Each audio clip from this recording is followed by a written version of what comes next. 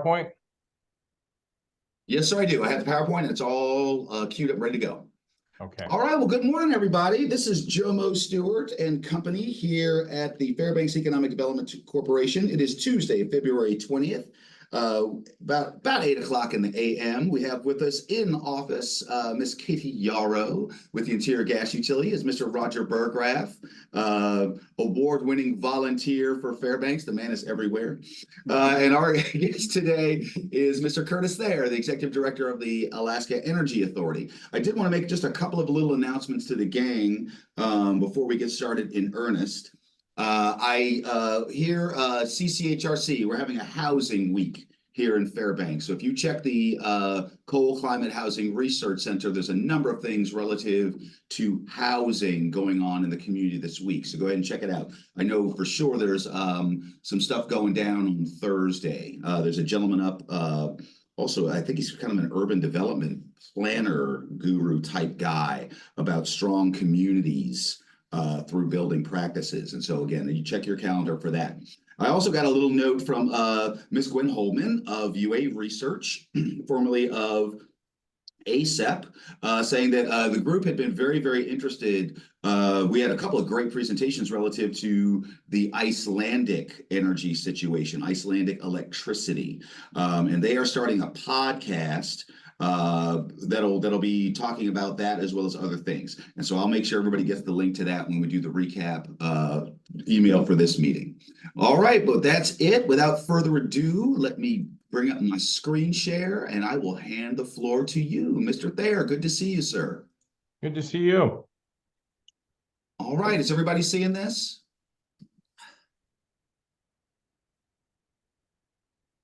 I am. Groovy. And okay, so we're still down to just one TV. So as has become semi-custom, everybody, again, it's hard for me to really monitor the chat or the participant list and also see the slides. So we're informal here. So if you have any questions, you have any comments, if there's anything you want more clarification on from the executive director, please just go ahead and unmute yourself and fire away. All right, well, without further ado, the floor is yours, sir. Thanks for being here. All right. For everybody that doesn't know me, my name is Curtis Thayer, and I serve as the Executive Director of the Alaska Energy Authority. I'm entering my 6th year in this position. And just to make sure that I lay down my Fairbanks credentials, my undergraduate degree is from the University of Alaska, Fairbanks. My wife's undergraduate degree is from the University of Alaska, Fairbanks. And I have a niece that's currently attending the University of Alaska, Fairbanks. So that hopefully should lay that to rest as far as knowing Fairbanks. Next slide, please. A little bit about AEA. AEA we break down into 6 different areas. We do railbelt energy, what we call owned assets. Includes Bradley Lake and a lot of transmission lines, 2/3 of the transmission line along the railbelt. We also operate the Power Cost Equalization Program, known as PCE for rural Alaska. In rural Alaska, we construct bulk fuel tank farms, diesel powerhouses, and electrical distribution grids, and obviously support, where we can, renewables into rural Alaska. And with that, we have a renewable energy and energy efficiency team here. They look at biomass, hydro, solar, wind, other activities, whether through our loan program or through a grant program, or just providing technical assistance. We have grants and loans. Our famous grant is the REF, the Renewable Energy Fund. We'll talk a little bit more about that. And we have for loans, we have a Power Project Loan Fund to help projects get off the ground. And then energy planning, collaboration with local and regional partners. And this last year, we were spent very heavily working on the governor's energy task force. And next slide. And we're a snapshot of our AEA active project and services. This is where we are on any given month. There's a little key on the side, whether we're working power system upgrades, bulk fuel, biomass, heat recovery, solar, storage, transmission lines. In addition to renewable projects, there's currently 44 renewable energy projects ongoing within AEA. We have 16 power project loans throughout Alaska. and we provide PCE to 193 communities. And we have a program called Circuit Riders, where we have 4 gentlemen who travel to rural Alaska to help train, as well as in electrical emergencies. They've made 93 trips this last year into rural Alaska. And we've provided training where we brought people into AVTAC down in Seward at 81 folks. So we're kind of across the board here. Next slide. Actually, Curtis, if I may, interesting icon. I see the Volkswagen diesel settlement grants. Yes. What's that?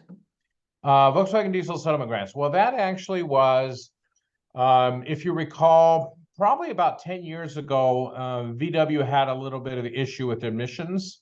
And so there was a settlement. Alaska received $8.7 million. It came into AEA. And then that money was dispersed into Alaska in various ways.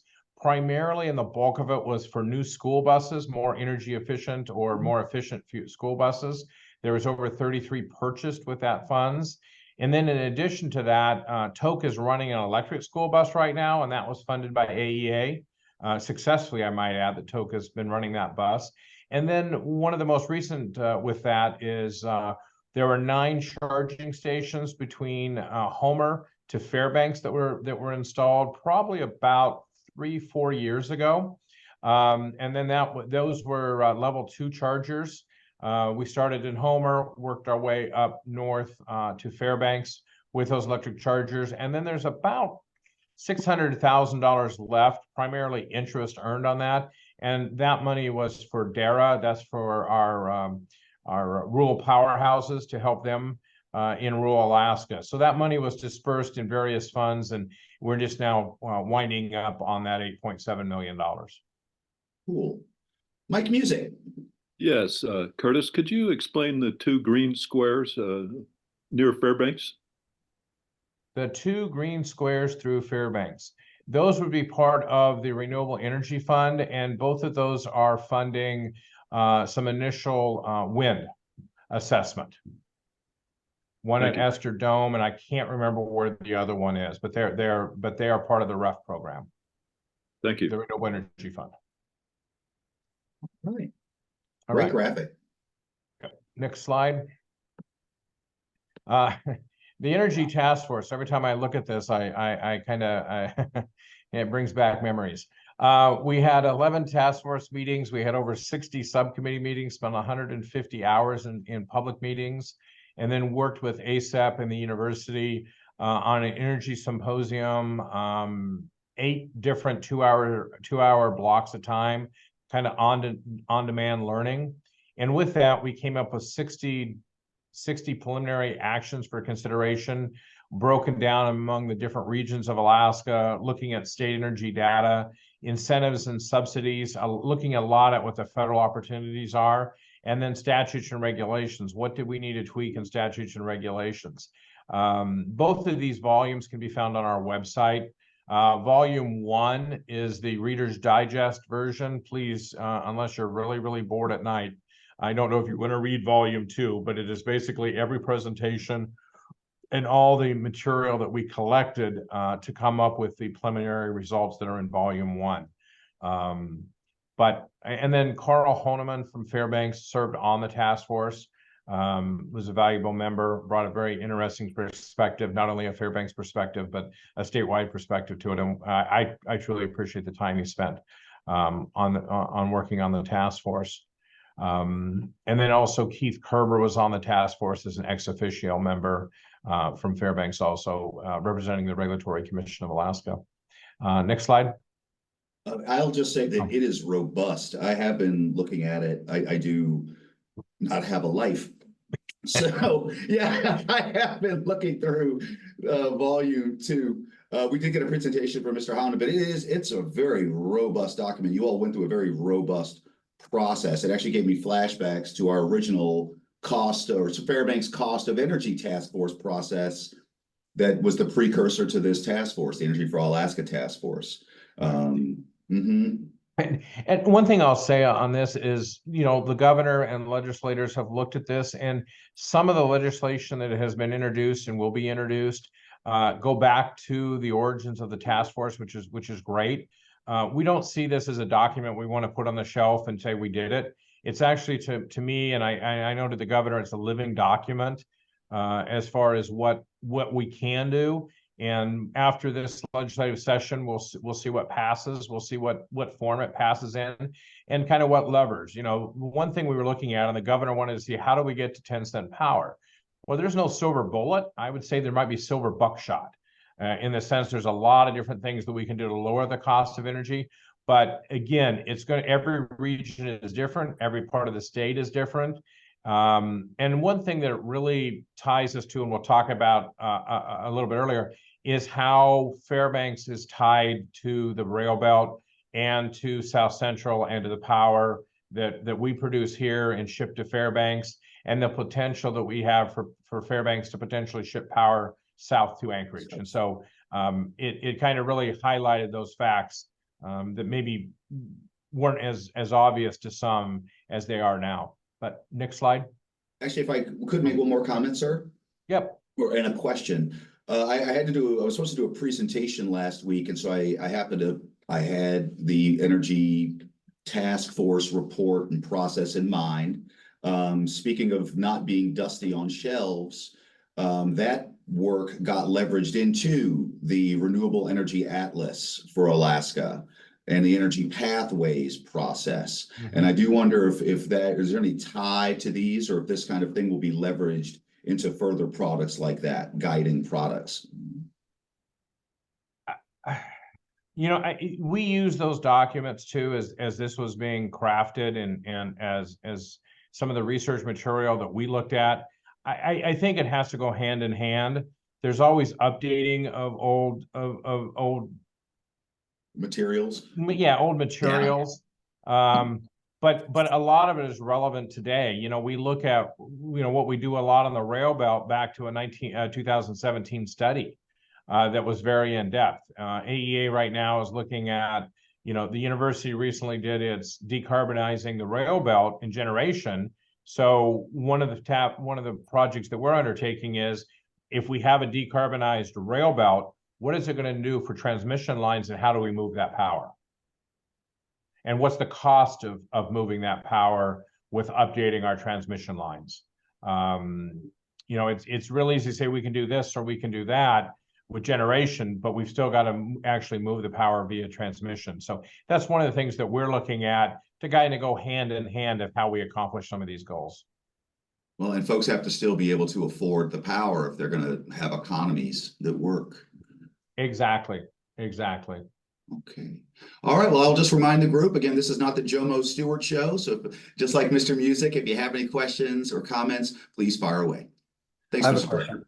I have a question for you. John. Curtis, this is John Davies here. Yeah. Mm-hmm. Can you talk about the governor's bill that he just put in that regard, and with I'm particularly interested in the provision in there for leveling out the transmission fund, so getting away from pancaking funds. Yeah, that was one of the key points. Thank you for that. That actually was one of the key points of the task force, and one of the things we kind of focused on. And for the group that doesn't know, is like, we have Bradley Power. Bradley Power supply a hydro project supplies 17% of the power from Bradley goes to Fairbanks. But with that, they have to go through the Homer system, they go through the AEA system, then they go through Chugach system, they go through MEA system, and then back to AEA. And so along that way, different utilities will put a user fee, so to speak, or a toll on the highway to get it to Fairbanks. The same is true. The same is true with MEA getting power from Homer. Just, you know, AEA does not charge a toll, but other utilities do to help recoup the cost of those transmission lines. And so one of the underlying factors is, and this is something when you look at the Iceland model too, and that is, how do we levelize that playing field where one particular community that happens to be on the end of the line, so to speak, pays all these pancaking or these additional tariffs. And that's one of the things, is whether that be a postage stamp where everybody pays the same. One of the things that we're doing right now is we're actively working with the utilities to understand their cost of their transmission lines And one of the goals have been is to possibly unify and put all the transmission lines under a single entity, possibly under AEA, and that the utilities would help manage it from that point of view.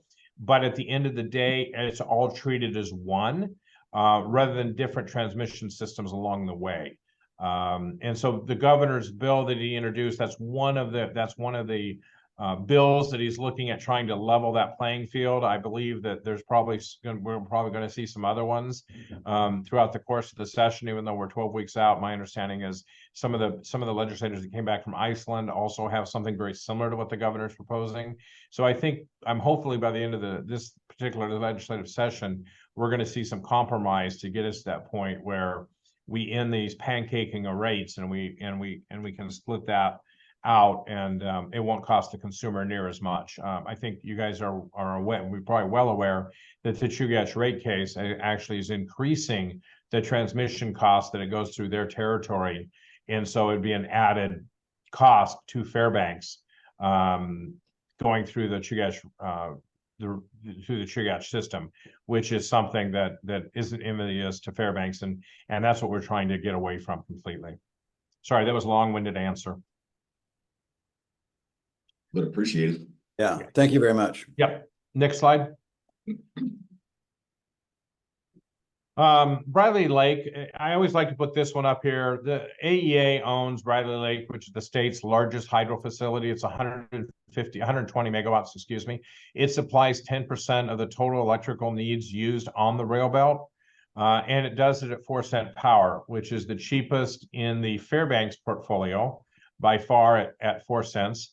And with that, it's 17% of the power goes to Fairbanks from Bradley. And so any expansion of Bradley that we've had, such as we did a Battle Creek diversion, which just was to electrify 5,000 more homes, which was the Battle Creek, that also Fairbanks received a benefit from.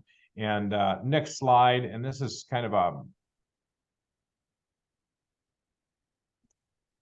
Dixon Diversion Project. This is a project that AEA started just several years ago with the support of the governor. And that is what the picture here is Bradley, the dam itself. And in the distance, you see a glacier, a river, a lake, and then the dam itself. The Dixon Diversion, there's a similar formation where it's the glacier lake, but a river 5 miles away. And we're looking at diverting that lake and that river into Bradley Lake. It's glacier fed, so there's not salmon issues with it. And by doing that, we could increase Bradley by 50%. What's important to note about that 50% increase, that displaces 1.5 billion cubic feet of natural gas that would be needed in 2030. And the estimated completion is 2030. And when we look at unmet needs for natural gas, that accounts for 7.5% of the unmet needs in 2030. So here we are looking at a state, this is on state lands, the Bradley project, and 5 miles away, we can do a diversion. The technology is old technology. We actually divert water from the dam 32 years ago underground directly to the power plant. And so again, this is something where we don't see this being a difficult project, and actually our costs are coming in less. It's hard to say that in this economy, but it's actually coming in less than we expected. We were able to eliminate a road and do some other activities, and then the water that we are seeing from the water gauges we have at Dixon is actually can produce more power than we had planned. And so by increasing that, we can increase the size of the diversion from 11 feet to 13 feet. And that alone is making it look to be a very economic project. And again, we assume, all the utilities seem to be on board with the early economics and the direction we're going on this. We would also have to raise this dam 14 feet. But again, it's the closest we have to helping the natural gas situation and provide renewable power on the rail belt in a very short order. If you're thinking right now it's 2024, and we figure by 2030 we can have this flowing water. One thing this does take is upgrading the transmission lines, and that's another topic that we need to have. a conversation on, and we'll go to the next slide. Well, actually, we have a hand up, but that's a good point. Okay. Again, we can make the electrons, but then you have to move the electrons. Exactly. Hey, Exactly. Terry, or Gene, please, Mr. President. Yes, Curtis, I'm just wondering, it certainly makes sense to put more water behind the existing turbines and get more power produced out of that infrastructure. So that sounds great. Do you have an idea now with where you are with the estimation of the cost, what that would raise the overall cost of produced power out of the combined Bradley Lake infrastructure when it's done? Right now, preliminary numbers is the avoided cost of today. So it's looking at somewhere to be around 7 to 8 cents a kilowatt. Okay, And when they talk about importing natural gas, they're looking at 16 to 18 cents a kilowatt. okay, thank you. Yeah. So next slide. Oh, actually, Dr. Davies. Okay. Yeah, quick question. Is there, I can't remember, was there a modification to Bradley Lake that allows you to use it to follow wind, or is it not, is the penstock too long for that? To follow I'm sorry, the question, follow wind. Yeah, to be able to regulate wind on the grid. No, the way that we're doing, well, we have the battery energy systems. Homer Electric has installed one. Anchorage is looking to install one, and then actually, when I say looking to install one, they're actually going to have it operational in October of this year. And then we look to Fairbanks to install wind, which will help. There's not a wind issue. One of the issues that we have with Bradley is an oscillation issue that was due to original construction. This is probably Bradley was originally designed to have 3 40 to 45 megawatt turbines in a bay or in the power plant. And Bradley was chosen, they chose to go with 2 60-watt or 60 megawatt turbines and left one bay empty or still available. But the pit in which the turbines are too small. Again, they were designed for 40 to 45 megawatts, not 60. And so Bradley has had a history of oscillation problems, which of course has changed the frequency up and down the line. And when it was first operational, until they kind of got a little handle on it, was causing problems and blackouts and knocking people off.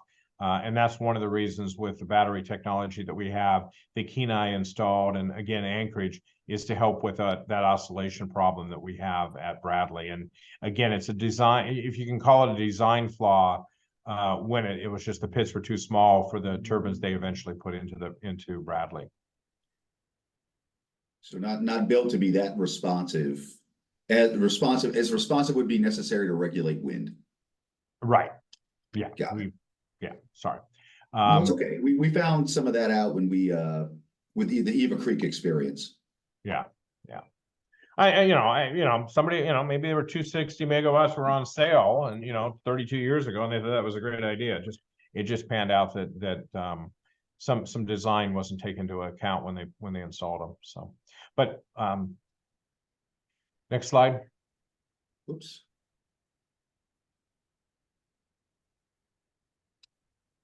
The Alaska intertie, pretty straightforward. AEA owns 170 miles of intertie between Willow and Healy. It operates at 130 kV. It was designed for 345. This is actually, a vital section of robot transmission system. Is the only link for transferring power from the northern and southern utilities.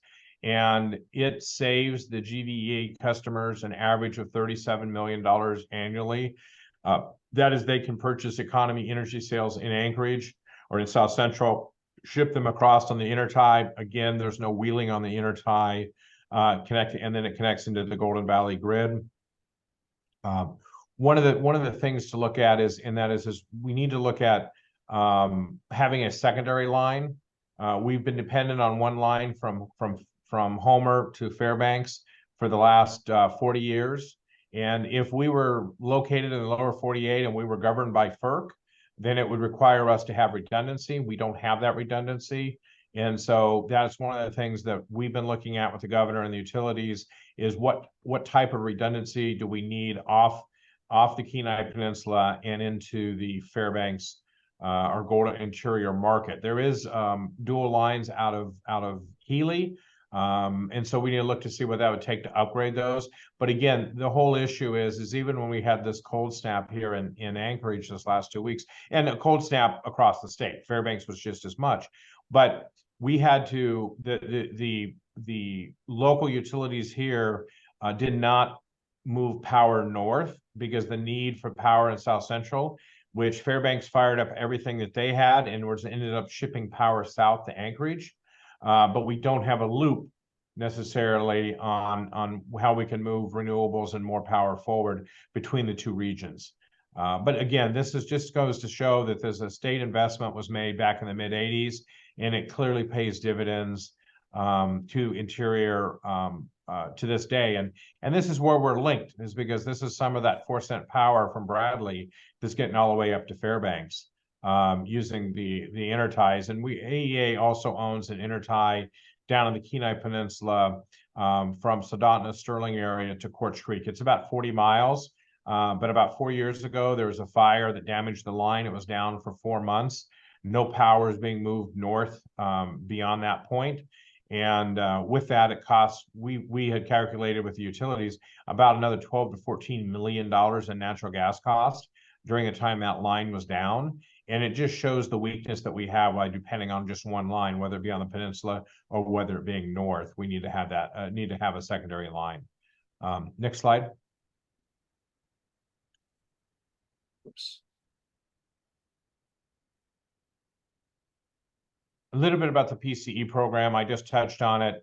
Rural communities, 192, 91 have electrical utilities tied to them, but it's 81,000 Alaskans. Recently, the legislature increased the PCE, and the way the PCE operates is they look at the cost. The Regulatory Commission of Alaska looks at the cost between Anchorage, Fairbanks, and Juneau, a weighted cost average, which is roughly 20 cents a kilowatt. And in rural Alaska, for residential consumers up to 750 kilowatts, that if that cost in that community, say 50 cents, then the PCE will pay 30-cent difference. So they'll take it from the minimum of 20, which is the weighted average, up to 50, no more than $1. And that roughly equates to $48 million in rural Alaska for this benefit. And as the cost on the rail belt goes down, if it goes down a penny, it actually increases what's available to rural Alaska by $1.5 million based on the formula established by the legislature. So PCE is not obviously connected to the railbelt grid, but their funding is tied to that mechanism of the weighted cost. And so if the cost on the railbelt goes higher, then it actually is less money in rural Alaska. Say we go up to 21 or 22 cents, then it's just, then that difference to whatever their cost of power is, that much different.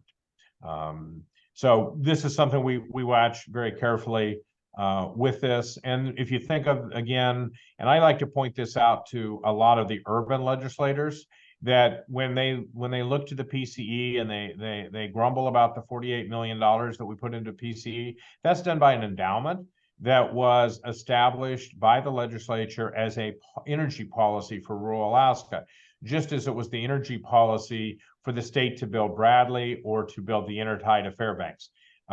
They were able to put it in infrastructure, and here in rural Alaska, they put it into endowment to help offset those costs. So it's it's an energy policy, two different energy policies that the state had, but both of them worked very successfully.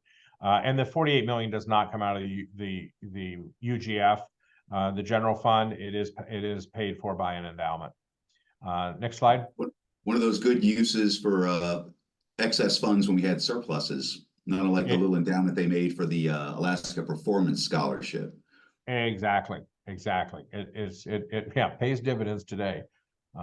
Well, I would ask, if you don't mind, just generally speaking, like what is the cost per kilowatt, say to a residential customer in Anchorage and in Juneau? Do you know kind of off the top of your head? Anchorage is, it depends the particular utility, but say it's 21, 22 cents, and it's offset with Juneau is more around the 10 to 12 cent kilowatt, but it's a weighted average. So they look at the weighted average for Juneau as compared to Anchorage and Fairbanks. Fairbanks is a little bit higher on the marker. So that's how they come out by putting the weighted average on all three. Got it. Oh, I didn't realize Anchorage was so high now. It depends on the region, but yes. Wow, okay.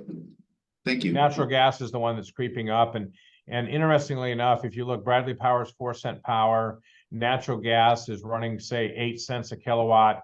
And when you look at the Fire Island wind farm, that's 9.6 cents. That's actually the highest on the rail belt, or the highest in Anchorage is the wind farm at Fire Island.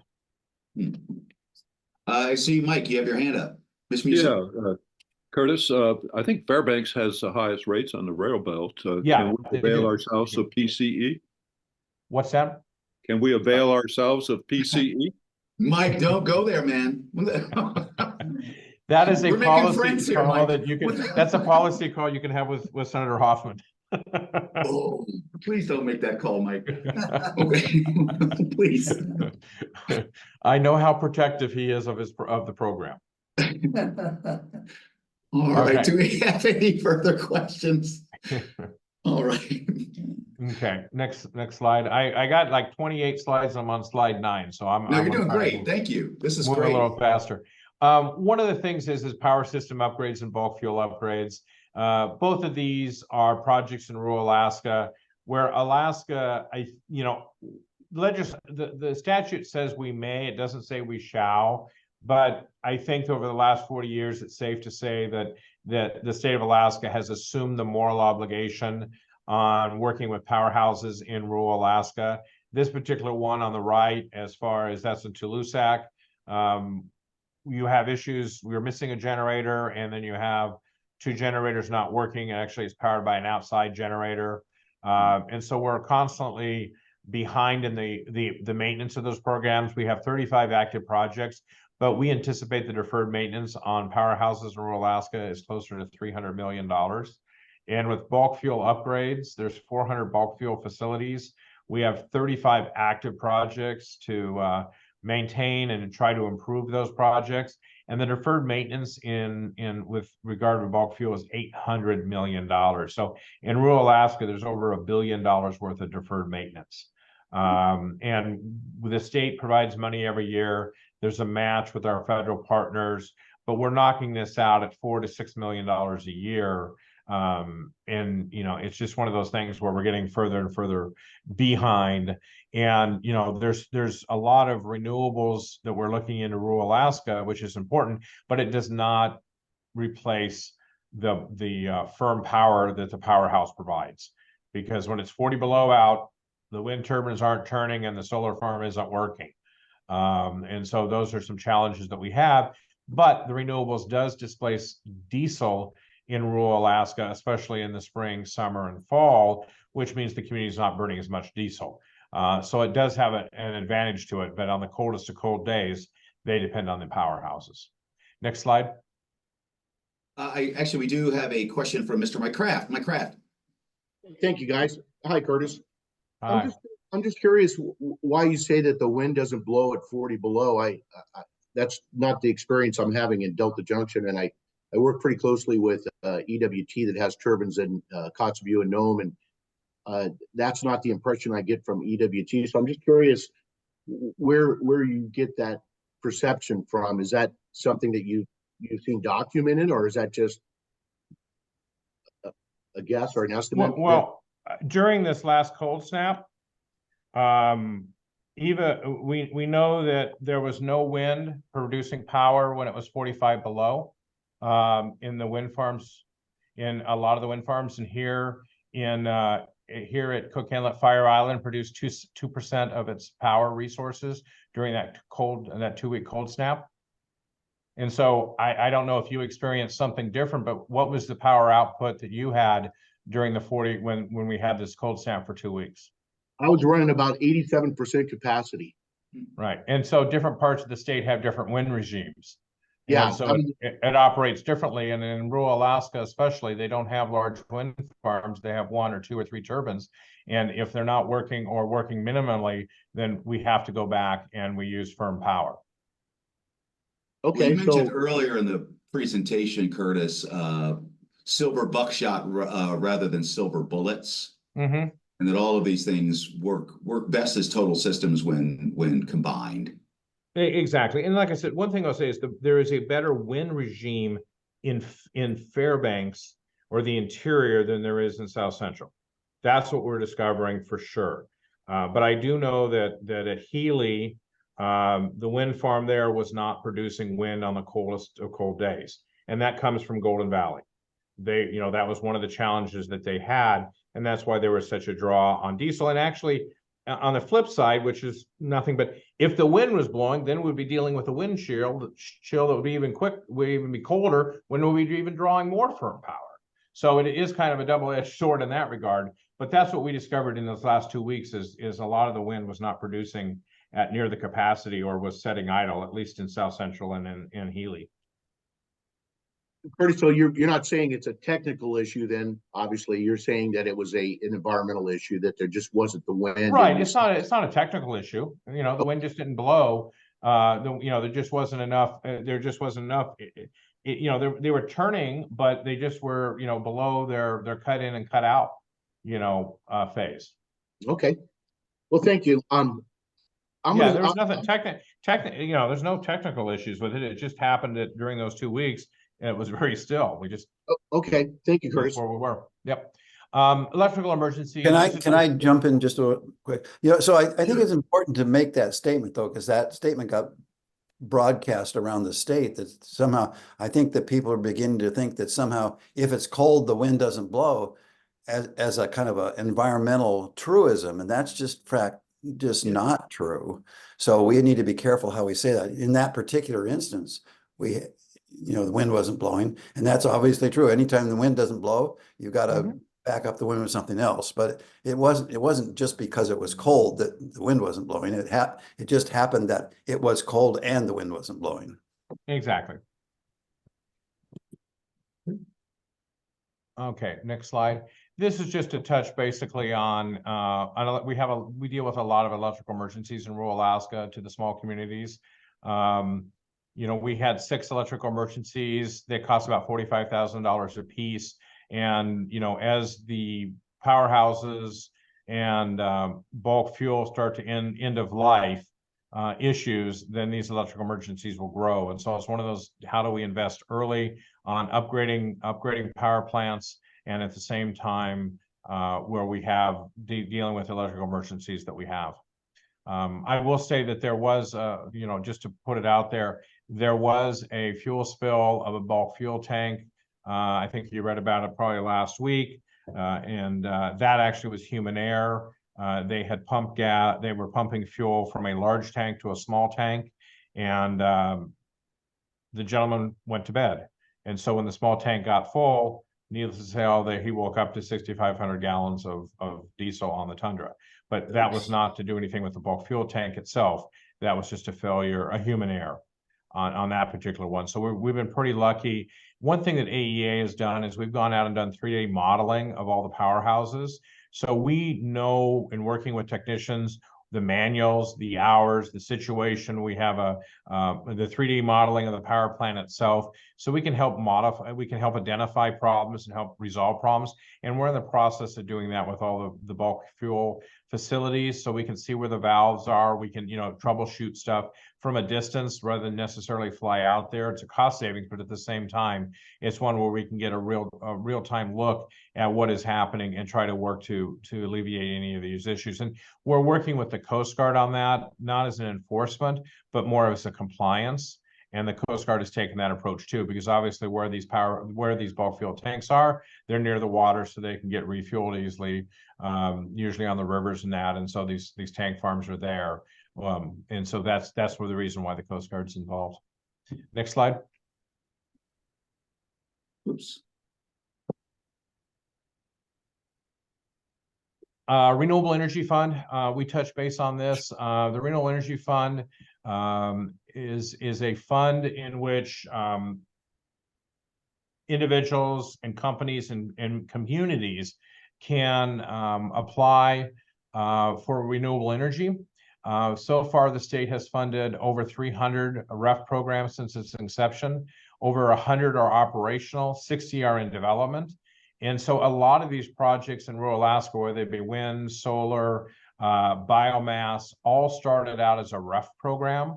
And the legislature and the governor has been very good at funding these projects. There was a period during the Walker administration, and not to time it because it's Walker, just during that administration when oil prices were down, they did not fund the REF program. We kicked this back up with round 13. Last year, the legislature funded 18 projects at $17 million, a couple of wind projects outside of Fairbanks. And then this year, there's 24 projects pending for a total of 32 million. These projects are given a very lengthy review, and there's a Renewable Energy Fund Advisory Committee that also 5 public members, 4 legislators, and they recommended these 24 projects move forward. But again, it's at the discretion of the legislature and the governor. One thing is we did do a look back on the program's success, and it has displaced 85 million gallons of diesel fuel since its inception, just on that. Not to mention how it's leveraged federal funds and private funds into these communities. For example, down in Ketchikan, Halungnai, it's a hydro project that's taken Prince of Wales 100% renewable. It started with the REF program. Kodiak, going 100% renewable, started with the REF program. So it has some very large successes throughout the program, and we're hoping the legislature will look at funding round 16. Next slide. It's amazing that we're to round 16. I can't believe I've been alive this long. Because I remember when this program was established. John, you might have even been there. Were you still in the legislature? When the program was first started, the goal from the legislature was to fund it at $250 million, $50 million a year. So it had a robust start, and then it kind of tapered off, and now it was restarted 4 years ago. So we're off to the races again, but just not nearly as robust as our fiscal picture doesn't necessarily allow for it. But persistent, as funds allow. Next one is the Power Project Loan Program. This is a program where communities, especially if they're successful in the REF and they want to take it to the next step, they can borrow money from the Power Project Fund. We currently have $31 million outstanding. Our current interest rate is 5.39%. It's kind of a look back, a 52-month trailing average by statute. We most recently funded helped fund the Houston wind farm, which is the largest, solar farm, which is the largest solar farm in Alaska. But at this time, we need to put the program in abeyance until we secure additional capital. It's been so successful, we put all that capital out on the street, and we just haven't, and we need it recapitalized to continue to loan on it. We do have the cash flow from the projects that we have funded, the 16 loans that are paying us back, and so we can make smaller loans going out, but we don't have a large capitalization at this time, and it is something that we're working with the legislature and the governor on. It's just the program has been very successful, so we just run out of money, and we just need to look at retrieving some of that money back, and then we can reloan it back out. One of the reasons it's been so popular is because the Inflation Reduction Act provides, they've been able to borrow money here on this program to use it for federal match, to leverage federal dollars. So next slide. Another great program that could use recapitalization was the old AHFC Home Energy Retrofit Rebate Program. And actually, on that note, AEA received $74 million from the Department of Energy, $37 million for energy efficiency and upgrades, and another one for appliance rebates.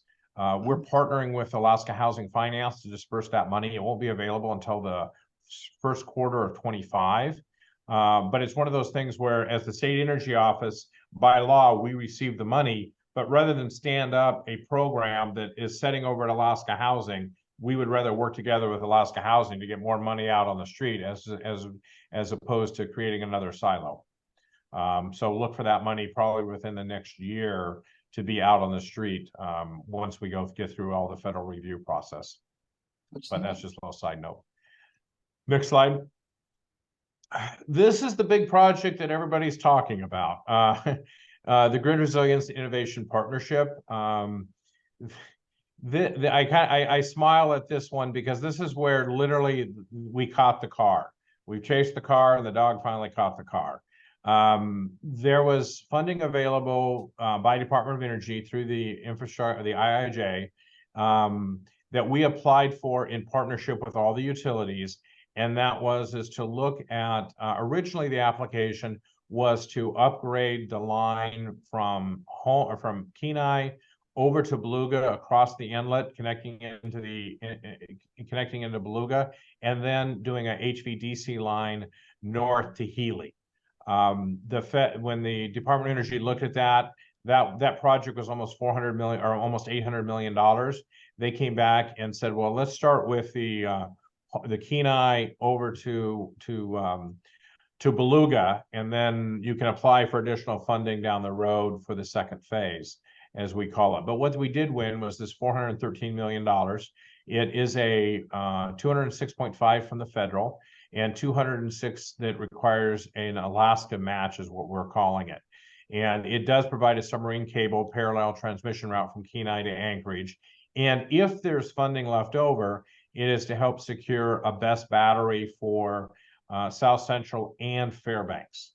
The first focus is on the GRIP by the grant, and then the second is to provide that BESS.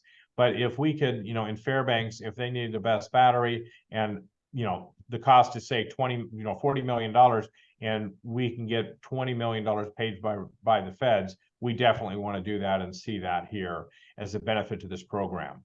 To kind of put this was highly competitive. There were 700 applications and concept papers. 58 were selected, and Alaska received the 5th highest amount. And so this is huge in the sense of getting secondary line off the Kenai, and also it helps prevent line loss, and will move power to South Central as well as Fairbanks a lot more efficiently than we do now. And so, like I said, we're chasing this now as far as what that Alaska match might look like. The one thing that the governor has said, and I think a lot of legislators also realize, that if this is put on the back of the ratepayers, we're not actually saving money for the ratepayers. It's giving us the redundancy and the reliability that we need, but it's raising the cost on the consumer. And so I know there's a definite focus to figure out whether the state matches this through UGF, or whether it be a bond bill or some other mechanism in which we could maximize the federal match of 206 with some sort of an Alaskan match. Hey, Curtis, this is a great opportunity for us, and I'm sure we'll figure a way out to do it, and hopefully we'll be able to get the second tranche of that, because that's really the linchpin to tying the rail belt together with better transmission. Mm-hmm. One of the concerns I've heard is that the actual product, the underwater HVDC line itself, has a limited supply, if you will, from Japan. Can you talk briefly about those concerns? Yes. One of the challenges is there's four companies in the world that produce this type of HVDC line that we're looking at. And that's one of the things that we're looking at this spring and summer, is not only looking at the routing, but looking at the availability of it.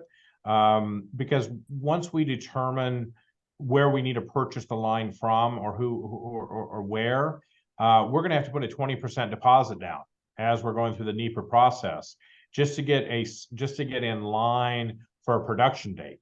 And according to this grant, we have 8 years to do it from the time we sign the grant agreement, and an act of Congress could extend it. I'm not saying that an act of Congress won't happen, but needless to say, we have 8 years to do it. One of the things that we're also looking at with some of the engineering firms that we're talking with, is if we know the voltage, and depending on where that falls, there might be the supply might be easier, more off the shelf than specialized. And so again, that's what we're trying to determine, is we know we need 2 parallel lines, and we need to make sure it's sized correctly. in order to maximize, whether it's a special order or, again, like I said, it's more off the shelf. It's not that they have this type of line sitting on the shelf, but it's easier and cheaper to produce. And so those are some of the challenges. Those are some of the engineering challenges that we have just to determine on how we do this. And then, of course, actually burying the line in Cook Inlet is another challenge. There's natural gas pipelines all underneath Cook Inlet, so it's not going to be an impossible task, but it is going to be a task when you look at laying 2 lines here and running it across the inlet. And we do have beluga whales and a few other issues that we have to deal with. So that's what we're going to spend a good part of this summer on, and early next summer, is to help narrow those costs down. Yeah, and then of course you turned in for the round 2 for the line from Beluga to Healy. Yeah, the first step is a concept paper, and we did submit with the utilities. And I want to make sure that the utilities are key partners in this from start to finish. All the rail belt utilities, and we also did submit a concept paper, and we're supposed to know about the concept paper sometime next month, and that's an invitation to move forward with that second phase where we actually can apply for an application, or they might just tell us that the funding we have is the funding that we currently have, and that's going to stay there. But yes, we did do a concept paper for the second phase. Yeah, I'm just wondering how they're going to view that if we really haven't been able to make, for realistic reasons, progress on the first round, if you will. Well, I think the one thing to look at, and I kind of look at it from more of a political point of view, but Alaska did receive $200 million. There's 7.5 billion total overall, and I also look at the fact that I think there's a lot more competition for phase 2 of this funding. I think that we had a very good application. Obviously, we had a good application. We received $206.5 million, but I think a lot of people have gone a lot sharper in this, and a lot of other states. And there are some states that received no funding in the first GRIP application, and we received the 5th highest. And so I'm just looking at from a political standpoint, I think the second tranche is going to be harder to get, because I think the competition is that much more. I get it. They do seem to like HVDC, though. They do like HVDC. Yeah, most definitely. Okay, thank you. Yep. Next slide.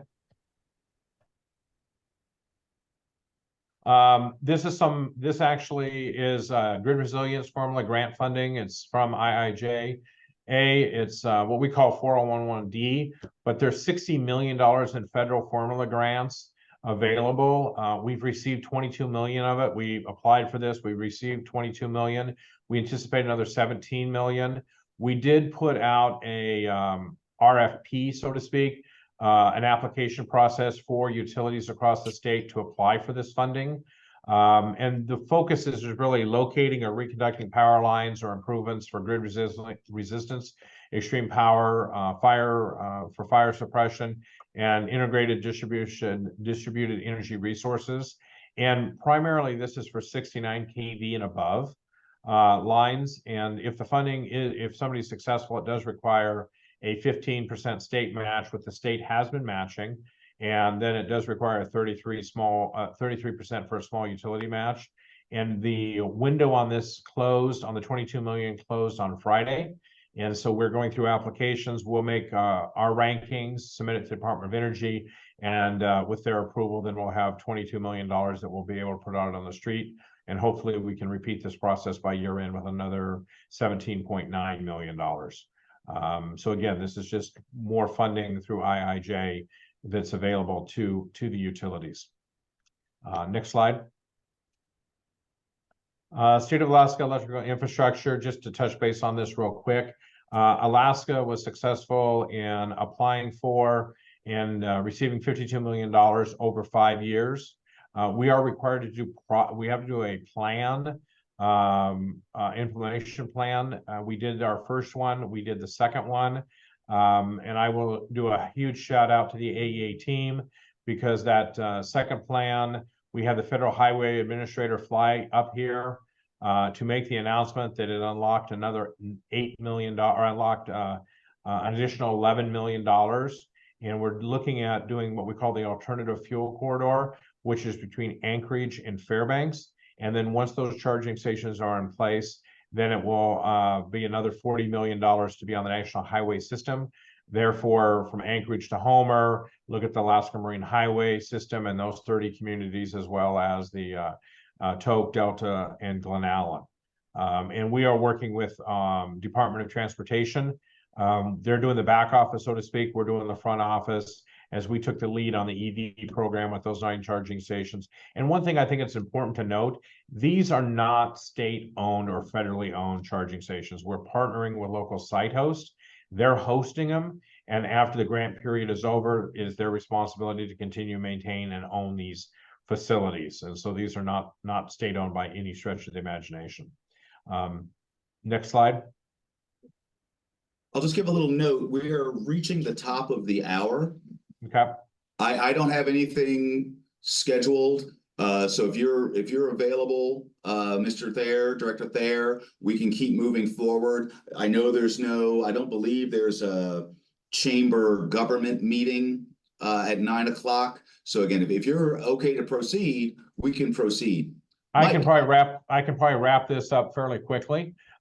This particular slide on home energy efficiency rebates, I touched base on that $74 million and when that funding would be available and how we're partnering with Alaska Housing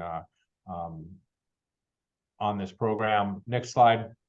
And I just want to say this makes me smile. I've been advocating for a restart of that program since they ran out of funds. It was again, we've been getting lots of federal money for lower income folks, but it was nice that we had something for just regular citizens to help with energy efficiency upgrades. It's nice to see this is coming back.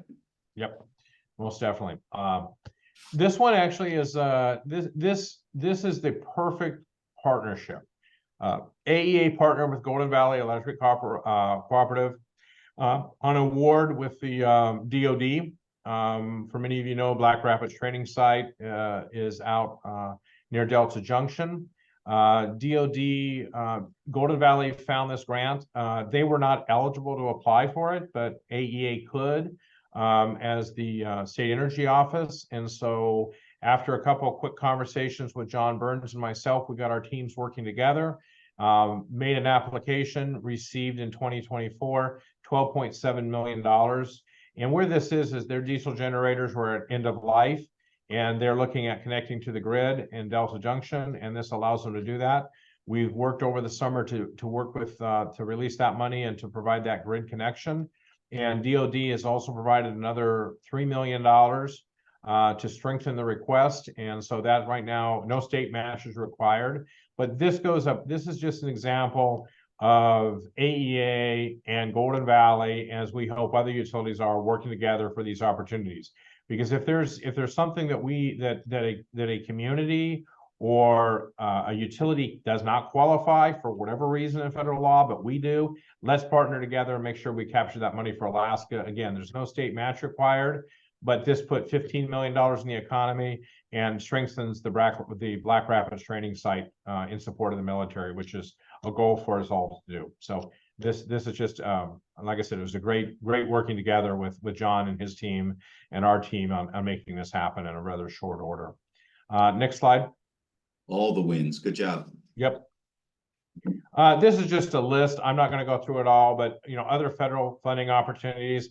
Just to put it in a little bit in perspective, this includes the GRIP funding, but AEA has $635 million worth of projects going through our doors in some capacity or another, with it looking to be another $100 million possibly, we'll know in the next couple of weeks.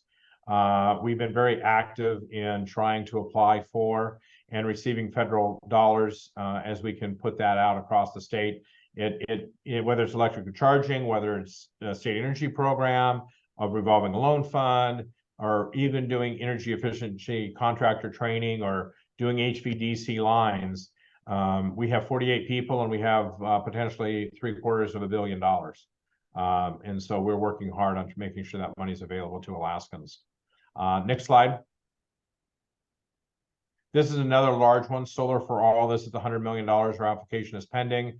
We partner with Alaska Housing, and this is where we look at doing solar development in disadvantaged communities, using kind of the Renewable Energy Fund style grant program. And Alaska Housing Finance would be focused on residential rooftop solar for low-income housing, primarily a lot of the buildings that they own across Alaska. It is a $100 million grant. We partner together. It requires no state match. And so there's a lot of benefit to it. This just happens to be a picture of the Houston solar farm that we did fund in South Central Alaska. Next slide. Actually, if I may, thank you for showing the picture. It is big. How much wattage are we making here? Actually, it's about 2 megawatts. It's not a lot. It's about 1,100 homes. They built a smaller one in Willow that we helped finance. Then they built this one, and now they're looking at land down in Kenai that would actually be about 10. So it'd be about 10 times or about 5 times this size. And so really they're slowly growing into a much larger. And this is one thing that I think we as the rail belt have to understand. Anchorage, for example, we don't have the land space to build this solar farm here in Anchorage. We're going to depend on Kenai and the Mat-Su. As we look to Fairbanks for a lot of the wind regime, we need to start kind of moving those electrons back and forth a little bit, where if Fairbanks can ship power to us and we are able to ship low cost power to them, that's where we need that redundant line so we can kind of move back and forth. But again, Kenai and the Mat-Sus, when we're going to be looking at large scale that takes a lot of land, whether it be wind or whether it be solar, we're going to be looking, and Fairbanks, we'll be looking for those areas to build on. Next slide. Actually, Mike, I saw you had your hand up. Yep. Were you good? Yeah, Curtis, are you involved with the Nenana wind proposed site there? Excuse me, solar site? We have, I believe we have money through the REF program in it, but not directly. So, and I'd have to double check, but I believe that's one of the programs. I know we're funding some money out of Nenana. I believe it is the solar. Okay. Anyway, I'll double check on that. Great, thank you. But again, part of the key and rub on all of this is a system where the electrons flow without being unduly dinged by little fiefs. Exactly. Okay. All right, next slide. And I think this is probably the last one I can kind of wrap up with. One of the things that's pending in the legislature, and I'll just touch on it ever so briefly, and that is the governor introduced an executive order, and my understanding is that Senator Giesel has introduced a bill, but what it will do is separate the boards of ADA and AEA. We currently are governed by one board. We're 2 separate entities. Our financials are different, our missions are different, but 30 years ago, the legislature thought it would be good that we share the same board. We're both multi-billion-dollar corporations. And so the governor felt that AEA should have a board that's focused on energy issues. Somebody who has experience on building large projects, somebody who has experience operating on a rail belt system, a connected grid, as well as an independent grid or a smaller grid, potentially in rural Alaska. And so in our AEA's budget, not counting this year with GRIP, we've grown 1,000% in our budget in 4 years. Another interesting statistic when you look at us is if you take the Mental Health Trust, the Alaska Railroad, the Gas Line Development Corp, and Aerospace, we're larger than all 3 boards, all 4 of those corporations combined. And so when you look at it from that perspective, it just really makes sense that we have an independent board with a focus on energy issues. It's just an awful lot to put on 5 public members that are volunteers to say, here's 2 state corporations, you are responsible for them both. And so that was the purpose of the EO, and that's also the purpose of the legislation that Kathy Giesel's introduced yesterday. Just a comment. Can I comment on that? So yeah, I totally agree with this. I was just starting in the legislature when Ramona Barnes decided to make this move. And her point was to actually get rid of AEA. She didn't, right. She, for some reason, didn't think we needed it. So she's probably turning over in her grave today, seeing how successful AEA has grown in spite of that attempt to drive a stake through its heart. But that's so that historical fact of those two boards going together had nothing to do with the quality of running the institutions. It was just, I think pretty much just one person's view that we didn't need any AEA at all. And so since it's obviously so successful, I think this is a long needed move to make this change. So I applaud it. Yeah, the one thing we're finding is universally down in Juneau, everybody supports the idea. The question is whether it should be done through an executive order or should it be done by legislation. But both paths are now covered, so to speak, and so my hope is that the legislature can provide some clarity, and we can move forward. So with that, my last slide was actually on the governor's EO, and I think we answered a lot of questions, but I am available to answer any additional questions this morning. All right, sir, this has been, you guys are doing a bunch. I'm so glad I asked for this presentation because I know that you guys are doing a bunch, but I can't always keep track with all the things you're doing. This is wonderful. I did have a question in the chat from Mr. Terrio. Do you want to just go ahead and fire away? Yeah, I'm just wondering if AEA has any additional information or updated information on the potential for micronuclear at Eielson. That project kind of ran into a bidding problem at the federal level. Just wondering if there's been any indication how that's gonna move forward. Very good question, but I get to pass the buck. What we've done, the way I've kind of work within AEA is the university is taking the lead on the micronuclear. It's an important component that we are watching. We have somebody that's working with the university. We have somebody that kind of has a toe in the water on it, but it is not something that we see that we're going to be doing in the next 10, 15 years. Eventually in rural Alaska, the possibility is there. But I would ask you to talk to the university and take their lead. We just one thing is like when it came to transmission and hydro projects and that, we've taken the lead on. When it comes to carbon sequestration, DNR has been taking the lead on. When it goes to nuclear, we've had the university take the lead on and kind of work together rather than compete against each other. So I know as much as you know on some of the challenges that they've had and the polling of the procurement. And I don't, to my understanding, I don't think there has been a resolution or a path forward.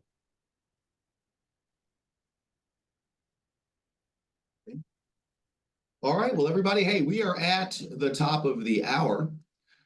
I see folks lobbing in chats. I already told you I'm not reading chats. All right, let me go look though, now that I can look. I will do my best. Okay. Copy the slide. Yes, I will. Everybody just give me an email. All right. Well, I will say for my part, Executive Director, if there's anything that FEDC can do, particularly relative to expediting the transmission upgrades, do let me know. If there's something that, yeah, you kind of mentioned it very early in your presentation, but the intertie system has normally or historically been thought of as a south to north enterprise from this community's perspective. Again, getting fuller access to that cheaper power, particularly Bradley Lake, cheaper and greener.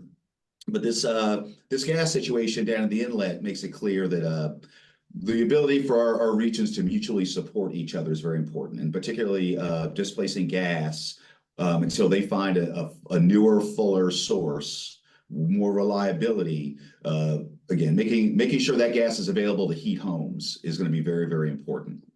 That's a big elephant in the room right now, isn't it? Okay.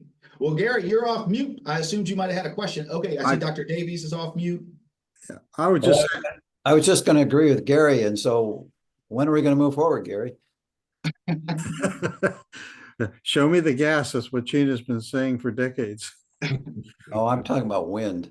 Yeah, well, there's that too. One thing I'd like to, if you don't mind, just on Please. an ending comment. I've been in this role for going on 6 years, and I have been told this by outside sources. I've been told it by inside sources. But I don't think that the railbelt utilities and AEA have been more united in working together in trying to resolve mutual issues that we have, whether it be an issue in Fairbanks, whether it be a transmission issue on the Kenai, or again, this last bout with cold weather. There were conversations going on. I was having them with John. I was having them with the CEOs in Anchorage, as well as Brad down in the Kenai. But the bottom line is the utilities and AEA are working together. And my hat's off to all the utilities and the CEOs and the leadership, and especially John Burns and Fairbanks, for making that happen. They've all set the tone, and they set the tone with their staff.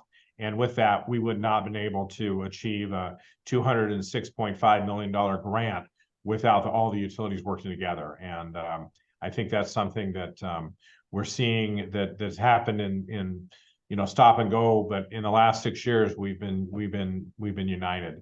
And I do want to thank you and recognize Golden Valley for that work. And I see Dr. Davies' hand clap. I'll second that on a verbal.